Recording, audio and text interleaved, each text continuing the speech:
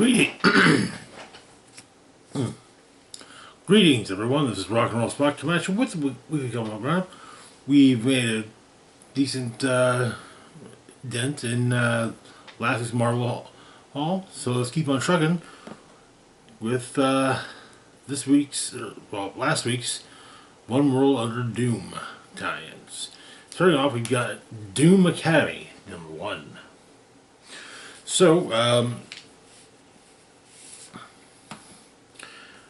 Doom Academy is basically a replacement for Strange Academy. It's basically young magic users learning to use magic under the tutelage of the Sorcerer Supreme, as well as Dr. Voodoo.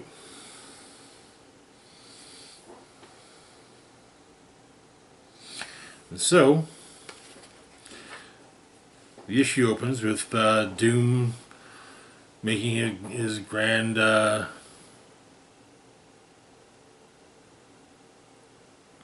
speech to the students, and it focuses on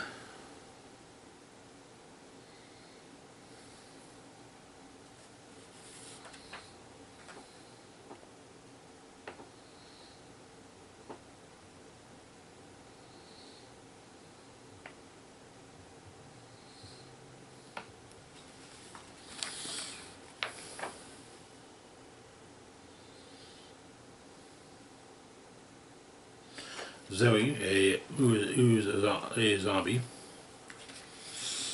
but her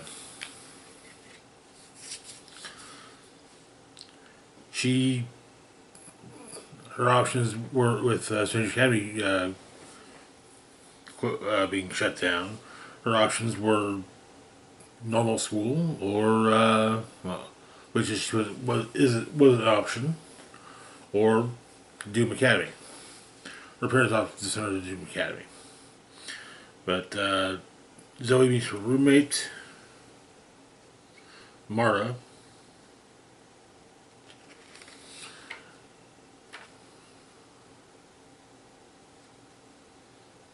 And it seems that Marta is one of the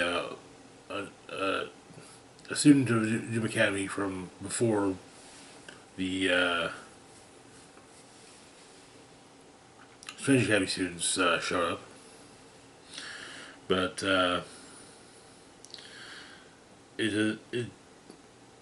Doyle, the Faultine, points out that it kind of seems like the portraits of Doom on all the walls are watching.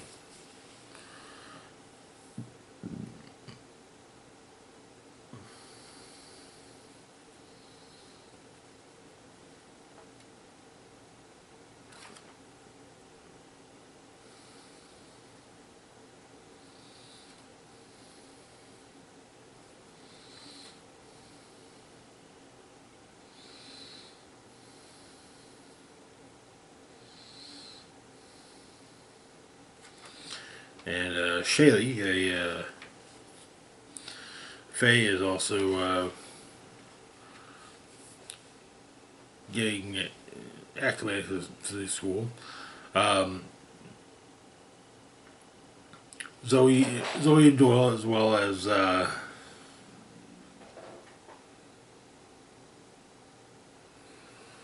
one of the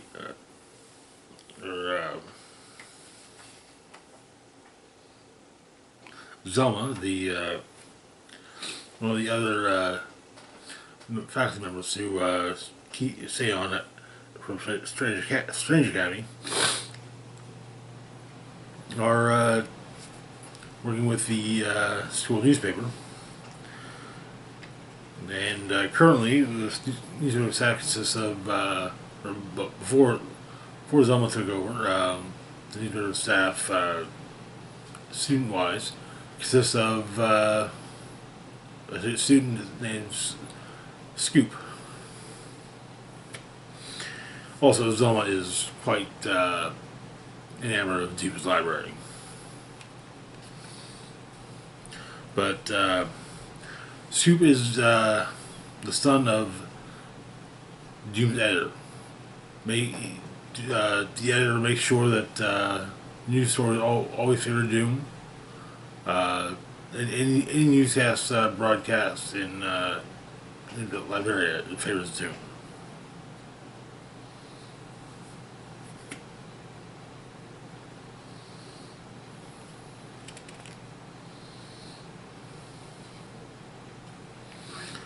But Zoe wrote a piece. Which kind of compares things to Swedish Academy, and Zelma suggests that she maybe make it a little more positive. And so the idea is that Scoop will help with that, but Scoop insists that he's not going to do propaganda.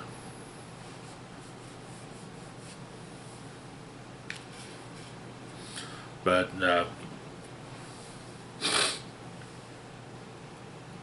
Scoop and Doyle become fast friends. They kind of bond over their daddy issues. Doyle is the son of Dormammu. But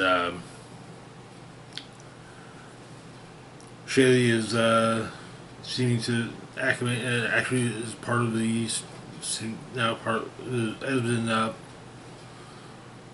chosen to be a member of the student council, basically being the token Strange Academy alumni there, but trying to make sure that everything works out well.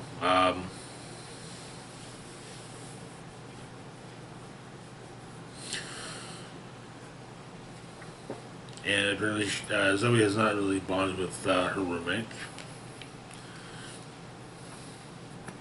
But apparently Zoe did hear her voice in her room, and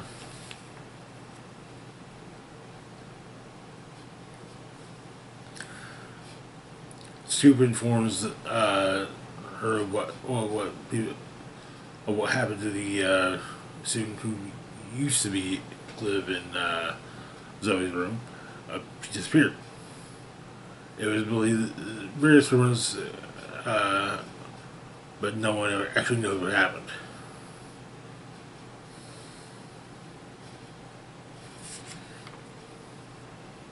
But she follows the voice, and she comes upon a book, and it seems to be a book of fairy tales. And as she reads off the first page, once upon a time, she gets stuck to the book, and that is where the issue ends. It should be fun.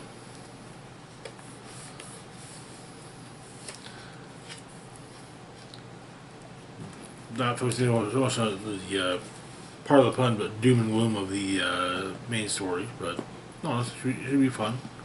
Moving on to our next book, we've got Storm, number 5. Where we left off with Storm, she was having dinner with Doom, and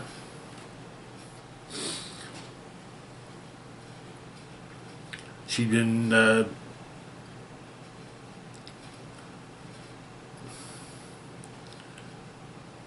taken over by the primordial entity known as Oblivion. The issue opens with explaining Oblivion. Basically, before there was everything, there was nothing. Before there was space, time, and continuum, existence is empty.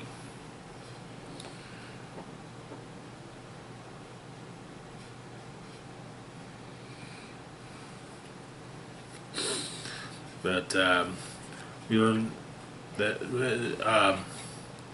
Eternity and Infinity, Eternity combined with Infinity, and thus the universe was born.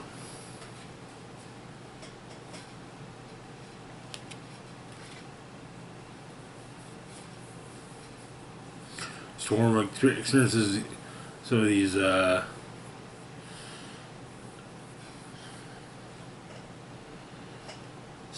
and dimension manifestations 3 billion years ago.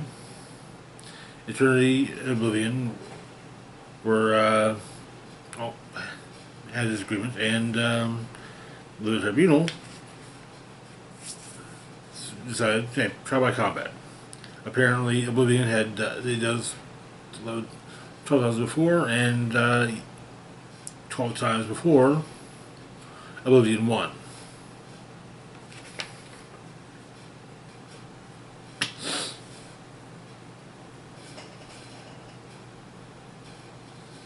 Then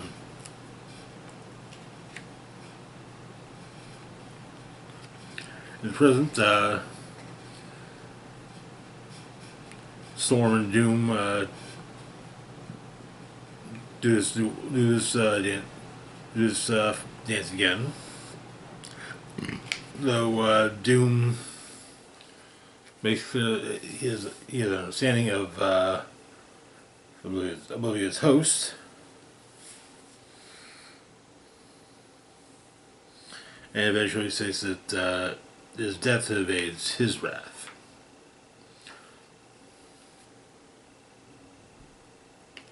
And as the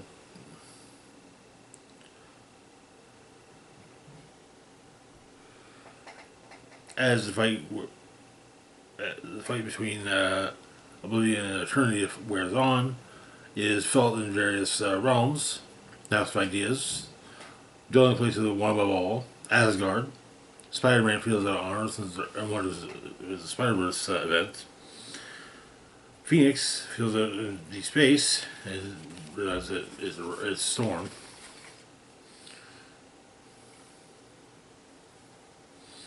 And once again, Eternity and Oblivion face off, and it seems that as they're about to face off, the issue ends with Storm in the Storm Sanctuary in Atlanta sobbing.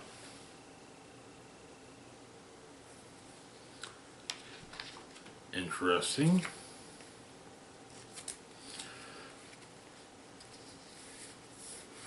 I think this is actually the only Storm tie-in to One World or Doom. Moving on though to our next book, we've got Thunderbolts, Doomstrike #1. So,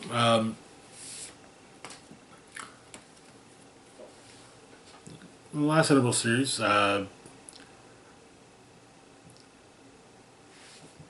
Bucky, the Winter Soldier of the Revolution, delivered Red Skull to Liberia to Dr. Doom. And Red Skull killed him, as was made public in the first issue of One World Order Doom. So the issue opens with Doom offering Bucky a place in his secret police that he's forming.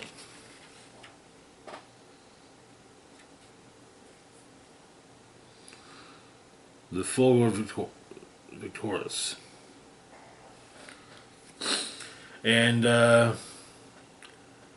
he informs informs Val that Doom's forming a secret police, so they got it on tape. Goes back to the Thunderbolts Mountain, and it's destroyed. Though, apparently Val managed to escape barely with Bucky's cat, and so About a week, 6 days later, Bucky meets with Black Widow,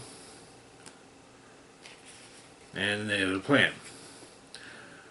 Basically, the world's nuclear arsenal is in a satellite lockbox, and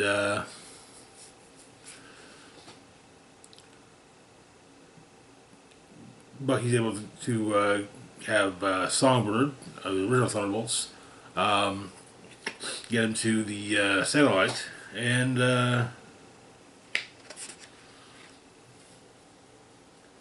plan is to plug Val's head into the satellite and disarm the nukes. But apparently, that wasn't Doom's intention. The nukes are all pointed down.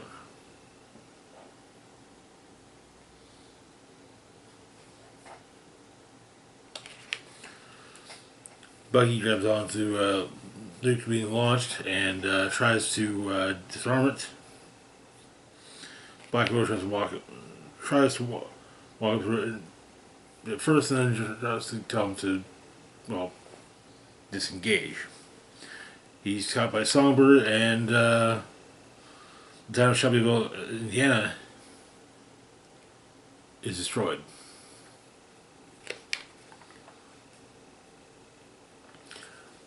Bucky's involvement is made clear, and Bucky is now public enemy number one.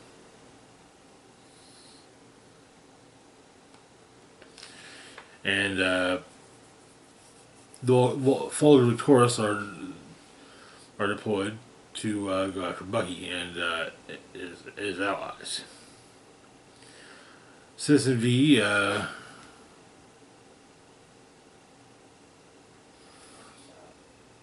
deals with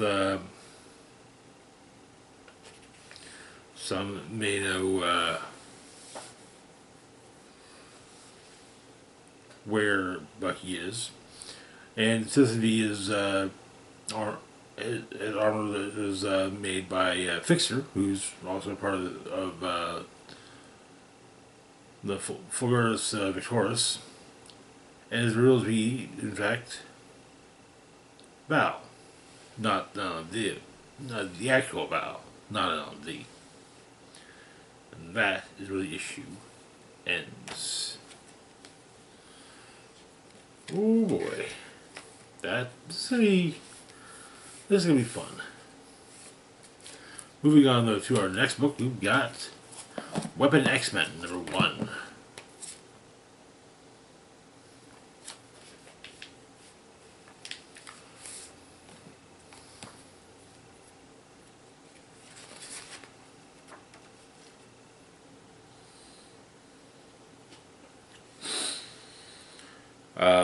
Apparently, Wolverine discovers that somebody other than the Adamantine is going after the Adamantium.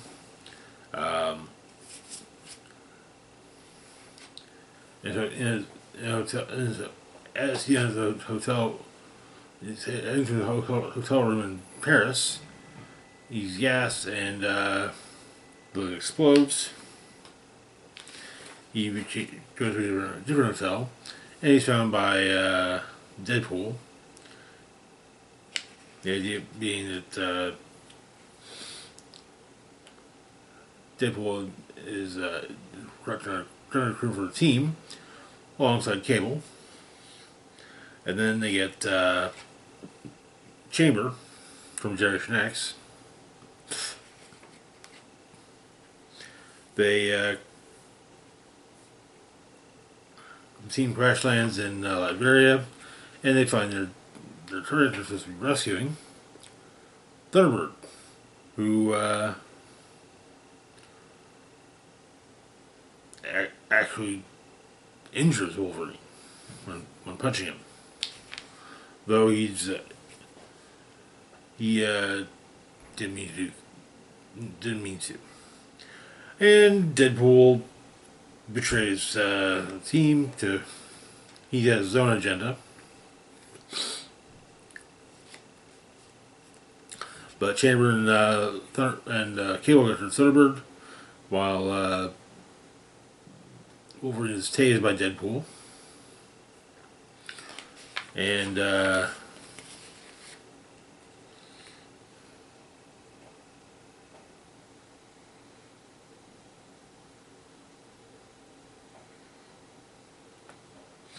they hear an explosion where they first landed. And Deadpool is taking Wolverine to his employer, who's revealed to be the other prominent Nazi villain in the Marvel Universe, Baron Wolfgang von Strucker, who wants Wolverine. And that is where the issue ends.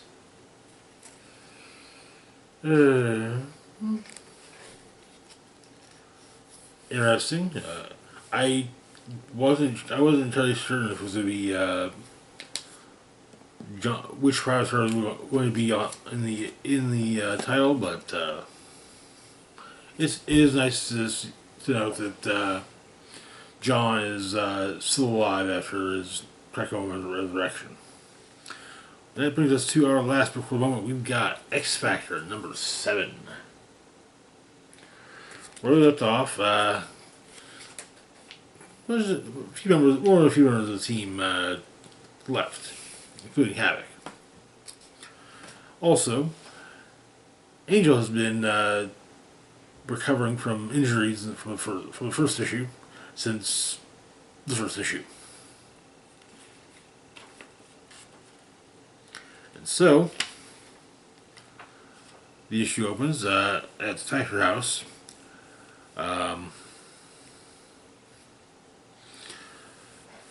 They hear about the news has reached them about Doom,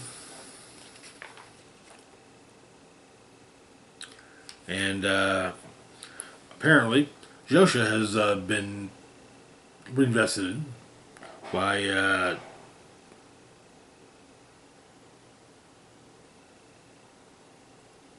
Ethan Farthing from a few issues previously, and it's basically the first algorithmic AI governed country. Everyone gets a neural implant to allow them to one get all the new learn all the new laws as they happen, and two, to be taken control of in the event of probably on the island. Also, Forget-Me-Not has joined the team,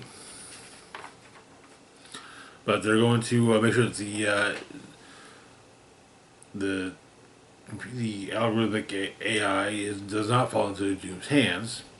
They're working with some Chechen mutants as well. So they Factor basically does their part of the mission, which is largely a distraction.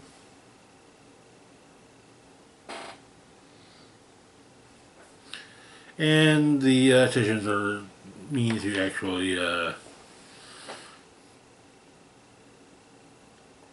take the AI and sell it to Dr. Doom.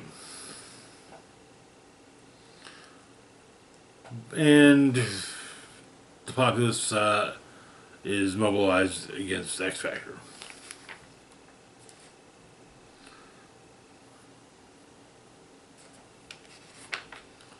However,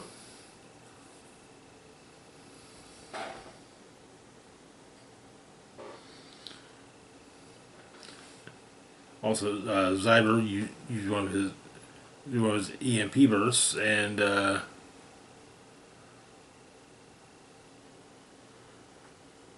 he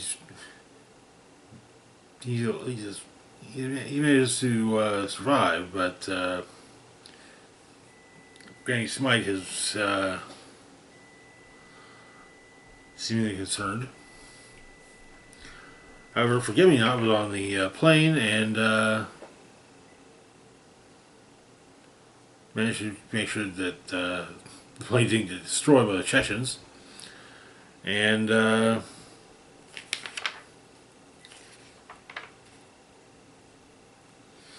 but the security forces of the island are redirected to the Chechens, and just as clock strikes midnight and Doom takes control of the world. And that is where the issue ends.